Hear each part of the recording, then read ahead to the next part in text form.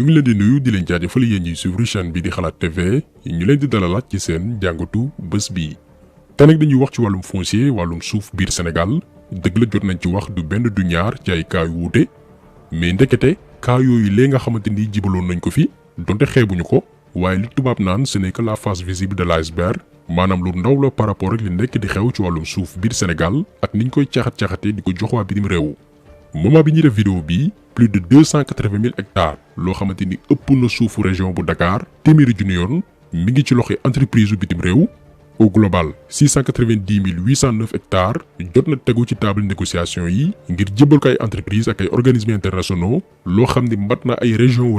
dañu ñëw ci liste bénéficiaires yi ak fan la ñu nar a jëm d'ici 50 ans. déjà ñun suñu génération ñoo ngi jooy seeraayu suuf am foo dëkk problème la am foo investir di def wàllum mbay lu jafe-jafe la ndax non seulement duñ la ko yombal mais aussi boo gisee suuf su garanti te wóor par exemple benn titre foncier boo dee ab salarié doo ko mën a jënd cash. ñun suñu jamono foofu lañ toll da ngay gis suuf mais amoo njëgam mais ñi nga xam ne ñoo ñëw après beneen génération bi bu ñu mayuwul ñoom duñu sax teg bët suuf ba naan dañuy waxaale ndax lan actuellement ay milliers d'hectares ñoo ngi koy jébal ay étrangers te li ci gën a garaaw mooy la plupart ay titres fonciers la leen di jébal suuf soo xamante ni ñoo koy moom di ko doonante ak seen njaboot te dëkkuñ fi. des na tuuti ñun Sénégal ay étrangers la ñuy nekk suñu biir réew buñ ko sax nekkul. lu garaaw a garaaw lañ leen di expliquer nii te di ngeen ci am ay firnde yu wóor a wóor ci biir vidéo bi ak dëkk yi nga xamante ni ñoo nekk di séddoo actuellement Sénégal comme ku yor seen gâteau. lu xewoon jamonoy colonisation bi fi tubaab bi di ñëw di séddoo Afrique ku nekk di jël sa wàll moo nekk di continuer ñu koy def ci biir réew yi Sénégal bokk ci réew yi ñu gën a yàpp di dagg di séddoo ku nekk di jël sa pàcc. ñu ciy jaajëfal ku ñuy woowee Abdoul Diédhiou parce que moom moo lancé alerte bi à travers réseau social bi di LinkedIn def ci benn contribution bu mucc ayib. ñun buñ ko liiree ñu ne pourquoi pas ñu def ci benn vidéo leeral ko sénégalais yi d'autant plus que suñu médias yi kenn waxu si alors que mbir mu doyoo doy waar la ndax fi ñu nar a jëm mooy sénégalais dootul amati fu mu dëkk dootul amati fu mu investir dootul amati fu mu bàyyee ndax lépp dañ ko jébal étranger yi jox ko waa bitim réew. fi ñu koy tàmbalee mooy yan dëkk la Sénégal di jébal suufam balaa ñuy ñëw ci entreprise yi nga xamante ni ñoo koy exploité. buñ koy xaymaa tollu nañ ci 16 pays fukki réew ak juróom benn mais 14 maanaam fukk ak ñeenti réew la ñu xam exactement ñaata suuf lañ leen attribué biir Sénégal suuf soo xamante ni buñ ko boolee tollu na ci 287 874 hectares 287 874 hectares mbat na Dakar di capitalu Sénégal fukki yoon ak ñaar ñii bàyyi lañ am ñeneen titre foncier. bu ñu xoolee nag dëkk yooyu noonu maanaam étranger yi ñu jébal suñuy suuf yaakaar naa sax warul bett kenn France moo jël raw gàddu gi ndax jébal nañ leen fukki suuf ak ñeent buñ ko boolee muy 147 993 hectares français yi occupé nañ ko ci suuf Sénégal. Roumanie moo ci topp am 100 000 hectares réewum Inde jébal nañ leen juróomi suuf yu bokkul boo ko boolee muy 69 000 hectares. Norvège daal di ñëw ñoom 30 000 hectares lañ leen attribué. Italie jox nañ leen ci juróom-ñaari endroit yu bokkul 27 996 hectares. Arabie Saoudite 20 250 hectares lañ leen attribué. Cameroun jot na wàllam moom itam ak 11 000 hectares. Nigéria moo ci topp ak 8 000 hectares. Belgique ci ñaari endroit yu wute jot nañ 5 500 hectares. waa Hollande jox nañ leen ñaari suuf boo ko boolee muy 4 000 hectares. réewu Libye topp ci ak 3 150 hectares. Liban également attribué nañ leen ñaari suuf mu toll ci 1100 hectares. Royaume-Uni maanaam ñoom Angleterre Irlande du Nord Écosse Pays de Galles ñoom aussi jébal nañ leen 730 hectares ci ñaari endroit yu bokkul. Allemagne dooru ñëw ak 550 hectares yoo xamante ni ñoom itam ci ñaari endroit yu wuute lañ leen ko attribué. mu des nag Chine ak Maroc di réew yoo xamante ni jox nañ leen ay hectares ci ñetti dëkk Sénégal yu bokkul mais préciser wuñ surface yi ci ñaata la toll. léegi nag ñu taxaw ci yan zone la étranger yi gën a ciblé. ba tey ci rapport bi nee nañ suuf si gën a baax ci Fuuta la ñuy xëccoo zone boobu précisément fi nga xam ne mooy Njaayel ñu ngi ciy préparé benn vidéo spéciale ndax ay groupe homme d'affaires ay étranger ñoo nekk di ko paasante seen biir di séddoo suuf si di ko jaayante seen biir lu toll ci 20 000 hectares depuis 2012. récemment jot nañu ay information que Frank Timis lañ ko mujjee jaay waa ji gannaaw ba mu sàccee suñu pétrole moom ak Aliou Sall léegi mi ngi ci zone Fuuta bi ngir nangu suufa ay baykat ak ay sàmmkat. scandale bu mag moo nekk di xew ci zone Fuuta bi ñu ngi ciy préparé benn vidéo spéciale Sénégal ci banditisme bu garaaw a garaaw lañ ko yoree te zone Fuuta bi la ñu gën a yàpp parce que suuf si dafa baax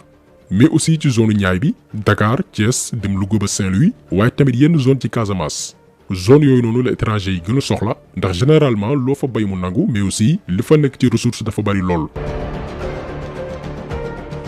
ba tey ci rapport bi ñi ngi xam ne ni zone yi ñuy woowe delta maanaam dëkk yi nga xam ne dañoo jege ndox booy xool la majorité étranger yi ñoo ko occupé ñoo ci teg loxo. mais beneen cas bi gën a yéeme mooy benn tubaab buñ naan François Huard moom 20 000 hectares lañ ko jox Kédougou ngir muy rëbb topp rab àll yi di tiire maanaam waa ji dem na ba toog benn moment mu jógee dëkkam ñëw installé wu Sénégal ku ko rëbb mooy passion am ñu jox ko àll bu ne yàmbalang 20 000 hectares mu nekk di fo loo xam ne xalaatu ko am réewam lii moo nekk di xew actuellement Sénégal. buñ ci noppee nag ñu ñëw ci quelques projets mënuñ lim lépp. mais dëgtal leen yenn ci ay projets yi nga xamante ni yenn dëkk ak entreprises étrangères yi ñu ngi koy amal Sénégal ak ñaata hectares lañ ci soxla gouvernement wu Arabie Saoudite ñoom nee nañ soxla nañ 116 435 hectares jox nañ leen déjà 20 250 hectares ngir nee nañ wàllum culture vivrière maanaam baylu doomi aadama mën a dundee. ba tey Arabie Saoudite seen benn société bu ñu naan Foras International Investment Company soxla nañ aussi 100 000 hectares. benn homme d'affaires roumain bu ñu naan Ovidiu Tinder. moom aussi sàkku na 100 000 hectares ci suufu Sénégal pour leen a def lu ñuy wooy biocombustible mais leerluñ ban façon biocombustible lay def ndax dagg suñu garab yi di ko jaayaat la wala beneen manière préciser wuñ ko mais li leer te wóor mooy waa ji di Ovidiu Tinder crédibleul ci gàttal bandi la ci wàllum business d'ailleurs daanoon nañ ko ci réewum fukki at ak ñaari kaso pour wàllum fraude maanaam mbiru nju njaaj blanchiment d'argent maanaam lewal xaalis bu baaxul mais aussi wàllum corruption guerre ñu mel nii la Macky Sall jox suufu Sénégal ñu naan dañuy investir. ñaari groupe français aussi muy Danone ak waa Orpeo jox nañ leen 10 000 hectares ngir nee nañ dañuy def lu ñuy woowee séquestration jëm ci wàllum carbone. beneen société bu ñu naan Asimla Gam Company benn saoudien moo ko moom attribué nañ leen 20 000 hectares ci Linguère pour ay produits agricoles non alimentaires. mais li grave ci société bii mooy boo demee Jolof lu bëree bëri ci suuf sa lañ yàq ak seeni produits ba sàmmkat yi ak baykat yi mënatuñ bénéficier wu ci seen suuf. lii benn conséquence su suuf yi ñuy jox étranger yi la mooy li leen doon wax ci njëlbeenu vidéo bi daañu toll benn période boo xamante nii ñun ay étranger la ñu nekk suñu biir réew parce que da ngay nekk di bay di sàmm wala dëkk ak say njaboot wala ngeen doon village lëmm am ñu jugee bitim réew ñëw nangu seeni suuf xañ leen seen dëkkuwaay xañ leen seen activité xañ leen mbay xañ leen sàmm. lii ngeen di gis lépp mooy hectares yi ñu jébal waa bitim réew ci suufu Sénégal lépp boo ko boolee dafay toll ci 690 809 hectares mi ngi mel ni nga boole Dakar ak Thiès lu ko ëpp nag la étranger yi occupé ci suufu Sénégal te amul tànki ginnaaw tànki kanam la am daañu leen attribué waat ay hectares yu baree bari ci 2021 bii ak at yi ci topp. donc lii moo nekk di xew actuellement Sénégal te conséquences nar a nekk lu doy waar te li ñu métti mooy lii ñuy defal waa bitim réew di ko defal seeni homme d'affaires di leen yombal suñu suuf buñ ko yombaloon sénégalais yi lu baree bari dina saafarawu suñu réew lu baree bari daañ ko trouver comme solution ci wàllum chômage. dañ leen di rek jox benn exemple boo jëlee région bu ci nekk Sénégal nga demander jeunes yi ñu formé wu en groupe ba noppi ñu tàggat leen bu leen tàggatee ba pare moo xam ci wàllum mbay moo xam ci wàllum investissement immobilier ak lépp lu mën a promouvoir suuf ba noppi jox leen ay hectares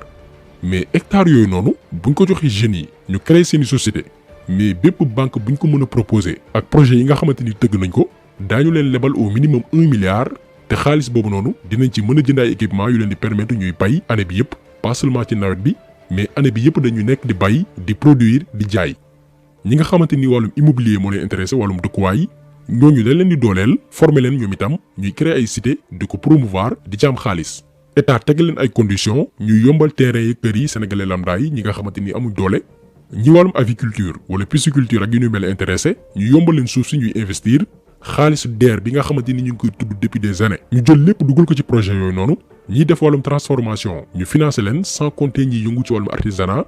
mais ci diir bu gàtt a gàtt ay jeunes yu am 20 ans ngay gis ñu nekk millionnaire wala ay milliardaire fii ci Sénégal parce que ñun lépp la ñu yàlla may Sénégal c'est une terre bénie dëkk bu yàlla barkeel la lenn moo ñu manqué mooy volonté politique ak lépp lu baax rek suñu njiit yi jàpp ñu tubaab bi ko yaayoo mais li ñuy defar entreprise ak homme d'affaires étranger yi ñoo xamante ni lépp lu ñu mën a gagné Sénégal seen réew lañ ko yóbbu mais buñ ko defaloon ñun suñu doomi réew benn sénégalais dootul génn dëkk bi ñëpp dañuy des ci biir réew mi ñu tabax suñu Sénégal dooleel suñu doomi réew duñu dem di jéggaane ay produits lépp fii la ñuy fekk Sénégal naat solution bi méttiwul mais malheureusement volonté politique moo fi newul kon taxu seetlu bi tey loolu woon ñu ngi leen di gërëm di leen jaajëfal di leen di daje incha allah beneen yoon ci beneen jàngat jaa ngeen jëf.